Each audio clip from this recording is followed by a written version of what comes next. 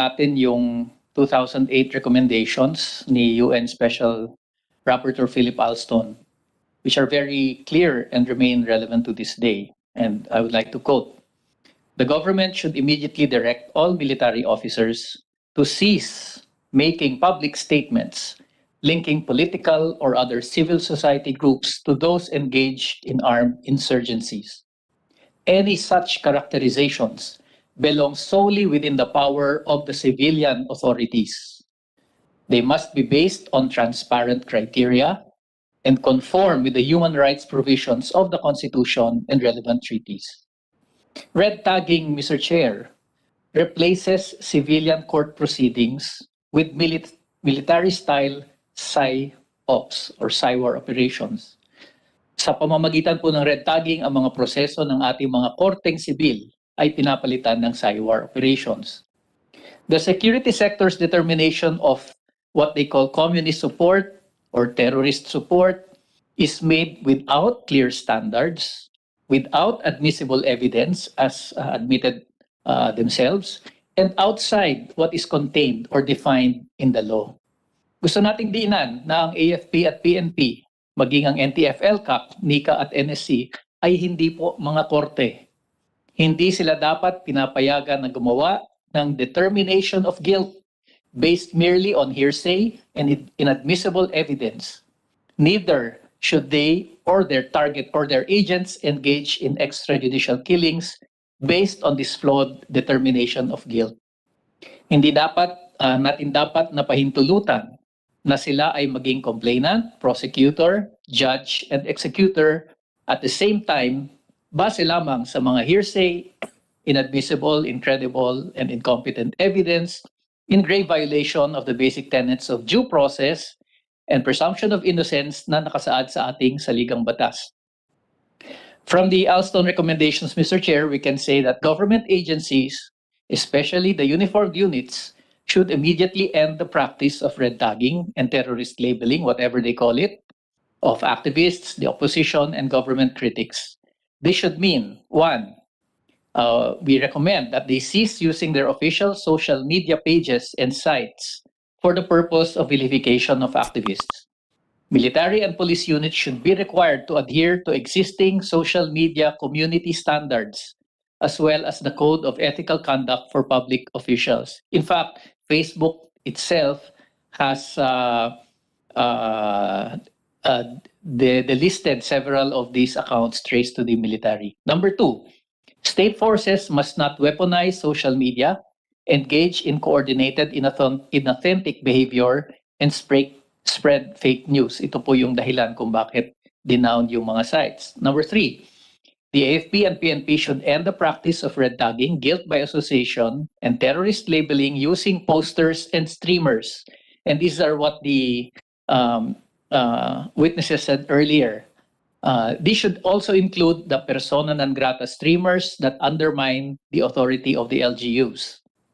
Number four, the AFP should also end the policy of forced or fake surrenderies, as exemplified by the floating surrenderies from Masbate, who were photoshopped by the military, and the forced surrenders of non-combatants in Bulacan, for example, or Cagayan Valley.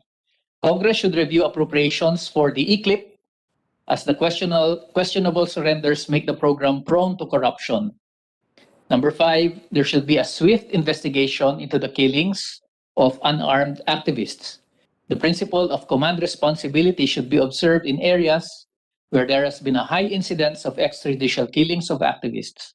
Very clearly, the issuance of AO number 35 that creates the Interagency Committee on Extrajudicial Killings, Enforced Disappearance, Torture, and other grave violations of human rights to life, liberty, and security to persons did not resolve these cases of EJKs.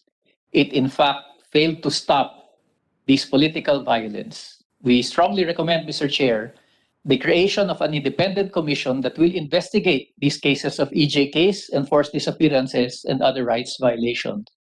Number six, the Philippine government must uphold the right to organize, unionize, freedom of association, and academic freedom in schools. Legal organization should not be the subject of harassment, surveillance, and demonization.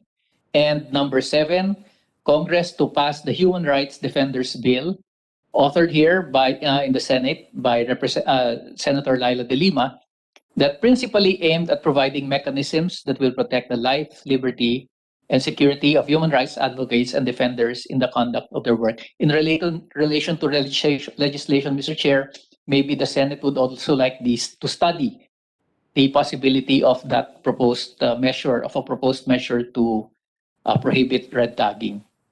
Sa kabuuan, Mr. Chair, dapat ay panindigan ng Philippine government ang kanyang mga obligasyon sa International Covenant on Civil and Political Rights and the International Covenant on Social, Economic, Cultural Rights. Dapat ay panindigan din ng pamahalaan ang nilalaman ng Comprehensive Agreement on the Respect for Human Rights and International Humanitarian Law na isang landmark agreement na nilagdaan noong 1998 sa pagitan ng gobyerno at ng National Democratic Front. At this point, we would like to address what we believe to be is the underlying issue in the practice of red tagging and terrorist labeling, the existence of armed conflict in our country. 5 dekada na po itong armed conflict na ito at tulad ng nasabi na, marami na hong namatay, marami ng counterinsurgency plans and government deadlines ang lumipas pero hindi pa ho natatapos ang gera. Ang pinakasentrong tanong po na mananatili pa rin hanggang sa ngayon, bakit patuloy pa rin ang armadong tunggalian sa ating bayan? At ano ang pwedeng gawin para ito ay mabigyan ng solusyon o katugunan? Kami po ay naniniwala na ang katanungan o usapin ng armadong paglaban ng mga revolusyonaryo ay hindi isang legal or moral question. Ito ay isang political and historical issue. We have always recognized that armed struggle exists because of certain social conditions, katulad ng malawakang matinding kahirapan, kawalan ng hustisya, oppression, human rights violations. Kaya po mas mainam sa palagay namin at mahalaga na matugunan ang mga social conditions na ito sa halip na gumawa ng mga sweeping condemnations of the struggle of engaging in red tagging or intensified militarization. Ang pagkondena sa mga nakikibakang armado ay totoo lamang sa tahasang pagkaila at hindi pagkilala sa ugat bakit mayroong armadong tunggalian sa ating bayan. Condemning it will shut the door to a possible political statement. Now, the question is taking up terrorism sa ating pong paniniwala, not necessarily. Terrorism is well defined. We actually have now a new anti-terrorism law. The right to rebel against an oppressive government is accepted even internationally, in the same way as the right to secede and the right to self-determination are also recognized. Nations were born through armed conflict. None of these were considered legal at the time. It would only be later in the history that would judge the correctness of such actions. Ang pinakamabisang paraan para masolusyonan ang problema ng armadong tunggalian ay tugunan ang mga ugat nito. Sa loob ng mahigit 5 dekada na ginamit ng pamahalaan ang mainly militaristang approach sa problema, hindi ho nalutas ang problema. Working for peace costs less in terms of government resources and human lives. Kaya po, minumungkahi namin at hinihikayat ang national government na buksan muli at ituloy ang usapang pangkapayapaan para matugunan ang sinasabi nating roots of the armed conflict. The peace talks were so close to forging an interim peace agreement that would achieve important gains for the people in terms of socio-economic reforms. I'm talking about the last rounds. This would have been a major step in addressing the social basis of the armed conflict. The interim peace agreement na hindi na ho napirmahan would also have led to coordinated ceasefire between the two parties in the armed conflict. Bago po kinansila o binasura ni Pangulong Duterte ang peace talks, ang bahagi ng usapin tungkol sa kasunduan ay patungkol sa agrarian reform, rural development, national industrialization, at na-initial na po yung peace agreement ng negotiators. And there were optimistic projections of a ceremonial signing that could have been done in the country. Noong Christmas po, New Year ng 2019, nagkaroon pa ng hiwalay na ceasefires. Yung dalawang partido bilang confidence building measures. Nagkaroon pa ng separate ceasefire declarations simula ng COVID, etc. etc. Sa kabila ho ng mga ganong positive development sana, The hawks and militarists in the cabinet were opposed to this track as military operations continued and skirmishes happened during the pandemic. The hawks in the cabinet, Mr. Chair, and the NTF-ELCAC were determined to see that the peace talks failed.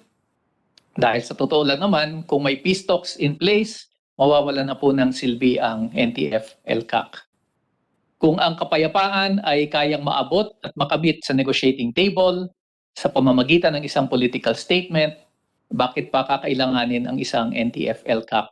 Bakit kailangan pa gumastos ng 19 billion para dito? So Mr. Chair, mariin naming nire-rekomenda na kasabay ng iba pang mga recommendations, buwagin na rin po ang NTF-ELCAC. At sa halip ay i-reconsider ng GRP ang pag-resume ng peace negotiations para matugunan na ang ugat ng armadong tunggalian sa ating bayan. We propose that the government also withdraw Executive Order 70 and similar issuances and pick up where the peace negotiations left off. Ang ibig pong sabihin nito ay itulak po natin bilang panimula ang minimum agreement for socio-economic reforms which already had been initialed, the freedom of political prisoners, and the interim peace agreement that includes a coordinated ceasefire. These are all doable measures, Mr. Chair, that are far more beneficial than the militarist red tagging approach and terrorist labeling that the NTF-ELCAC wishes to pursue. So yun lamang po, Mr. Chair. Maraming salamat po. Magandang Maraming salamat. It's all now part of the records of the proceedings of this committee.